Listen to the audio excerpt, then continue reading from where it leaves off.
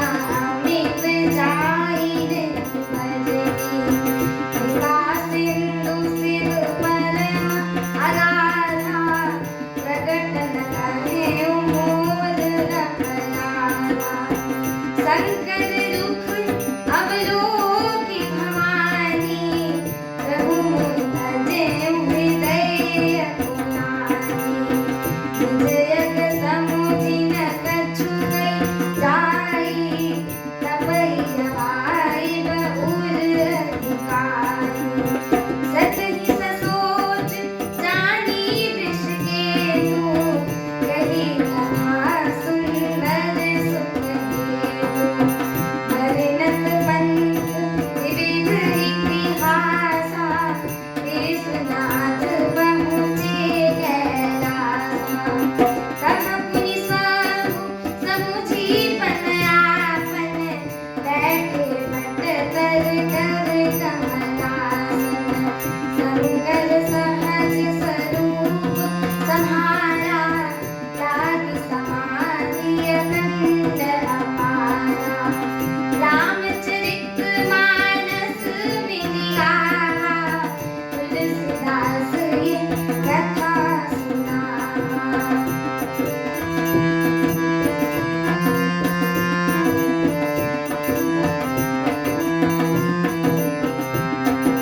सती बसहि कैलास तब अधिक सोच मन माही भज मुन को जान कछु जुग सम दिवस सिराही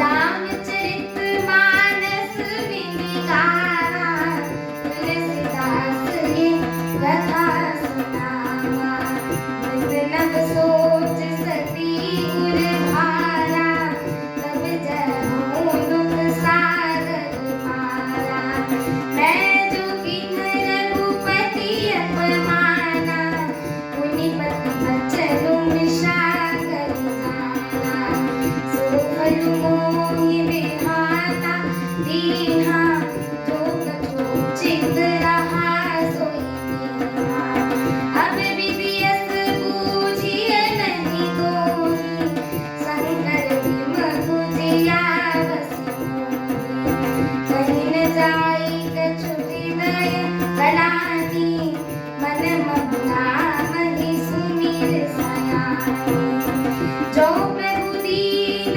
दयालु कहावा आरती हरन वेद जस गावा तो मैं विनय करऊं कर जोरी छूटहु बेगी देह यह मोरी जो मोरे शिव चरण स्नेहु मन क्रम वचन सतव्रत एहु रामचरित मानस मिलि गावा तुलसीदास ये कथा सुनावा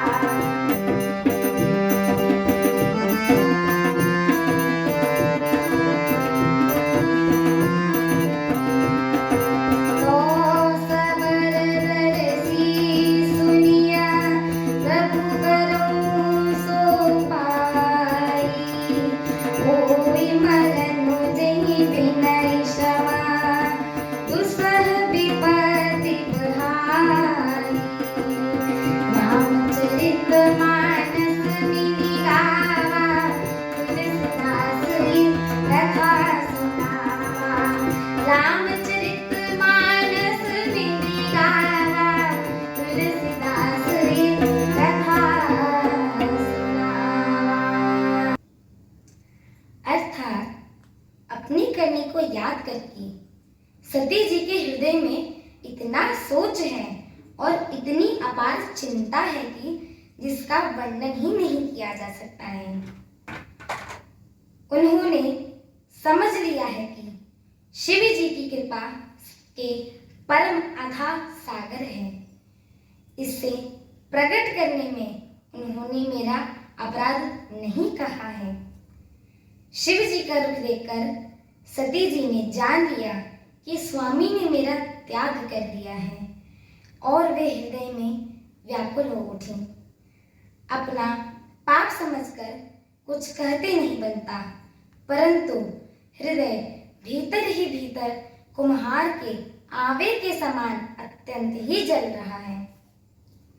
वृषकेतु शिव जी ने सती जी को चिंता युक्त जानकर उन्हें सुख देने के लिए सुंदर कथाएं कहीं। इस प्रकार मार्ग में विविध प्रकार के इतिहासों को कहते हुए विश्वनाथ कैलाश जा पहुंचे। वहां फिर शिव जी अपनी प्रतिज्ञा को याद करके बड़ के पेड़ के नीचे पद्यासन लगाकर बैठ गए। शिव जी ने अपना स्वाभाविक रूप संभाला। उनकी अखंड और अपार समाधि लग गई। तब सती जी कैलाश पर रहने लगी। उनके मन में बड़ा अपार दुख था। इस रहस्य को कोई कुछ भी नहीं जानता था। उनका एक एक दिन युग के समान बीत रहा था। सती जी के हृदय में नित्य नया और भारी सोच हो रहा था कि मैं इस दुख समुद्र के पार कब जाऊंगी। मैंने जो श्री रघुनाथ जी का अपमान किया है और फिर पति के वचनों को झूठ जाना, उसका फल विधाता ने मुझको दिया है। जो उचित था वही किया, परंतु हे विधाता, अब तुझे यह उचित नहीं है जो शंकर जी से विमुख होने पर भी मुझे जिला रहा है। सती जी के हृदय में ग्लानि कुछ कही नहीं जाती है। बुद्धिमती सती जी ने मन में प्रभु श्री रामचंद्र जी का स्मरण किया और कहा कि हे प्रभु, यदि आप दीन दयालु कहलाते हैं और वेदों ने आपका यह यश गाया है कि आप दुख को हरने वाले हैं, तो मैं हाथ जोड़कर विनती करती हूँ कि मेरी यह देह जल्दी छूट जाए।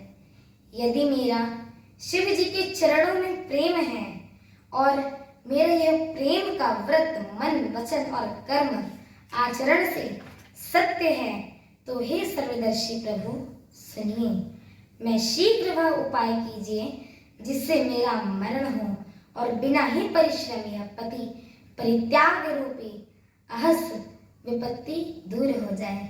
मेरी आगे की कथा सुनने के लिए मेरे चैनल को लाइक, शेयर, सब्सक्राइब एवं कमेंट अवश्य करें।